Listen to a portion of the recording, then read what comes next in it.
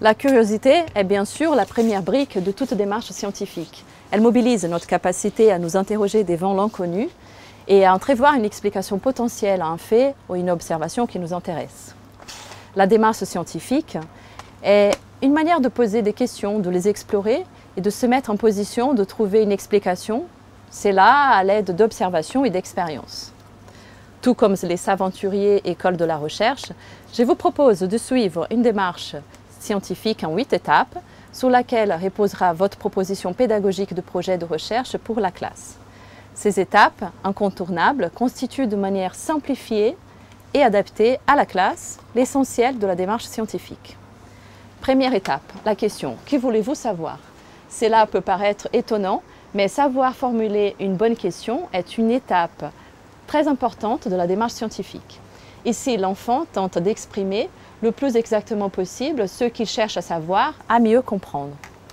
Les enfants ont tendance à avoir des questions intelligentes, intéressantes et vérifiables, mais parfois pas assez délimitées pour rester sous le sujet choisi. Proposer vous-même quelques questions à compléter avec vos élèves peut être une excellente activité initiale. Quoi, qui, quand, comment? La question de départ participe au choix et à la délimitation de sujets d'étude. Deuxième étape, c'est l'état de l'art. Quel est l'état de mes connaissances actuelles? Que savons-nous déjà? Avant de se lancer, les scientifiques utilisent différentes sources pour savoir si d'autres scientifiques dans le monde ont déjà fait un travail similaire. Pour faciliter le travail en classe, l'état de l'art peut être aussi simple qu'une recherche dans une bibliothèque ou même une enquête menée par les élèves auprès de leur entourage. D'ailleurs, c'est le moment idéal pour expliquer aux enfants la différence entre les sources fiables et peu fiables. Troisième étape, faire émerger une hypothèse. Il s'agira de tester ma réponse. Une amorce possible pour introduire l'hypothèse en classe serait la phrase « je pense que ». L'hypothèse occupe vraiment une place centrale dans la démarche scientifique parce qu'elle est d'abord une supposition, un pari à démontrer. Avec mes connaissances actuelles à jour, je suis capable d'anticiper une réponse à la question de recherche que je cherche à résoudre. Par exemple, lorsqu'on mène une enquête pour voir comment la température avec la croissance de moisissures sur le pain, vous pouvez discuter avec les enfants sur les facteurs qui seront ici, entre autres, la température et la quantité de moisissures qui se développent sous le pain.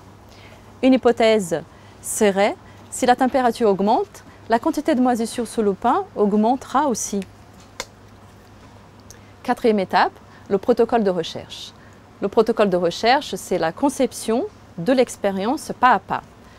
Prenons encore l'exemple de la croissance de moisissures sous le pain.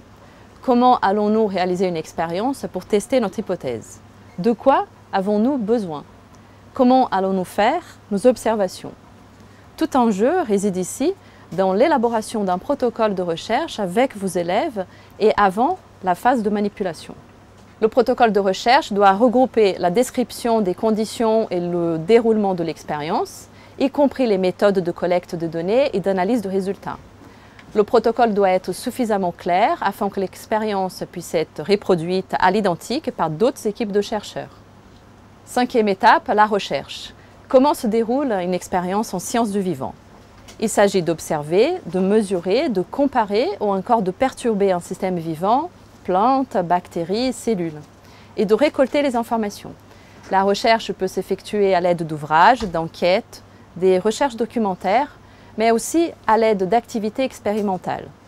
Dans ce dernier cas, la recherche scientifique est dite démarche expérimentale, puisqu'elle se mène à l'aide d'expériences, des mesures, ou d'appareils utilisés dans le protocole d'expérience. Sixième étape, recueillir, traiter, interpréter les données. C'est le moment, à l'aide des informations obtenues, d'analyser et interpréter les résultats de l'expérience. Souvent à ce stade, les enfants peuvent créer des tableaux colorés ou des graphiques pour faciliter la lecture, l'organisation et la compréhension de l'information. Cela peut être un excellent moyen d'intégrer des compétences artistiques dans votre programme de sciences. Interpréter, c'est finalement identifier les informations pertinentes et donner du sens à la solution trouvée. C'est aussi mettre en lien ces informations pour créer un sens nouveau. Septième étape, conclure. Il s'agit dans la conclusion d'analyser ce que j'ai appris. À ce stade, les scientifiques interprètent les données pour tirer des conclusions. Ils décident si les données valident ou pas une hypothèse. Cette étape conduit le plus souvent à la confirmation des présupposés initiaux, mais parfois on trouve ceux qu'on n'a pas cherchés. La conclusion finale n'est pas toujours la fin d'une thématique de recherche. Elle sert bien souvent de base pour la formulation d'une nouvelle hypothèse de travail. 8e étape, communiquer, restituer. C'est le moment tant attendu pour partager les résultats. Ici, vous pouvez proposer à la classe de partager leurs recherches de la manière qui vous semblera la plus adaptée. Une affiche, une vidéo, une explication orale, une démonstration, c'est à vous de décider. Enfin, un projet scientifique nous réserve des émotions. Étonnement, satisfaction, inquiétude. Les compétences scientifiques sont importantes, mais dans une démarche scientifique, il sera tout aussi important de savoir observer, savoir être attentif, savoir gérer ses émotions, savoir raisonner, savoir interpréter. Et surtout, avoir confiance en soi.